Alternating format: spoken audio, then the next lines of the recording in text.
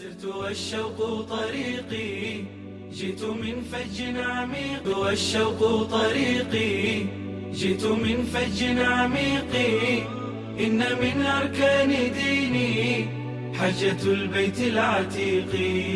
سرت والشوق طريقي، جئت من فج عميق. إن من أركان ديني حجة البيت العتيق. بارک الله فیکم. بوسه کردن خانه الله مکان‌های دارد که بوسه کرده می شود و پیامبر صلی الله علیه و سلم بوسه کردند و مکان دارد که پیامبر بوسه نکردند.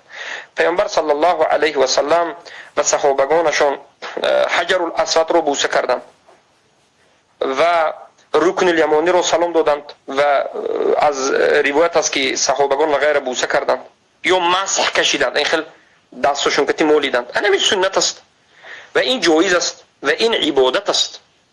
برای همین وقتی که پیامبر صلی الله علیه و آله وفات کردند، حضرت عمر ابن الخطاب رضی الله عنه وقتی که به حج می رفتند یا به عمره می رفتند، وقتی که طواف می کردند حجر الاسود رو می بوسیدند و می گفتند که انی اعلم انک حجر لا تنفع ولا تضر ولو ما رأيت النبي صلی الله علیه و سلم يقبلك ما قبلتك ابدا.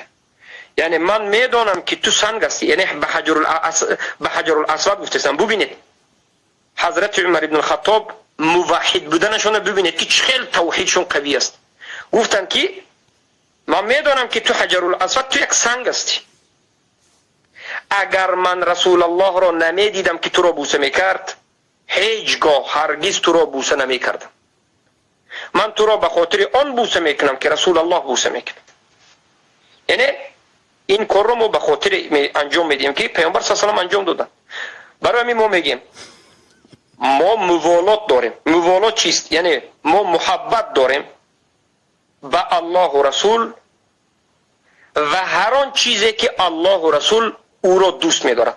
الله و رسول الله صلی الله علیه و سلم خانه کعبه را دوست داشتن، ما دوست می‌داریم. بوسه کردن حجر الاسود را بوسه میکنیم، سلام دادن سلام میدیم.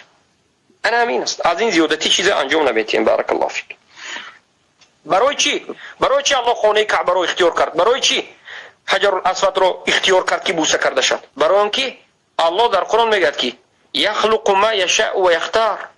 الله چی چیز رو خواهد خلق میکند و چی چیز رو خواهد اختیار میکند. الله اختیار کرد. من شما برایمون فرض است و ما مسئول هستیم که ما هم اختیار کرده الله رو قبول کنیم، دیگر چاره نداریم.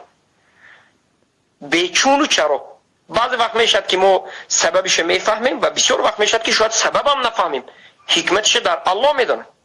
حکمت و سبب الله میفهمد و خودی الله میداند. بعضی از علما حکمتاشو بیان کردن لیکن انیق و دقیقش کسی گفته نمیتواند.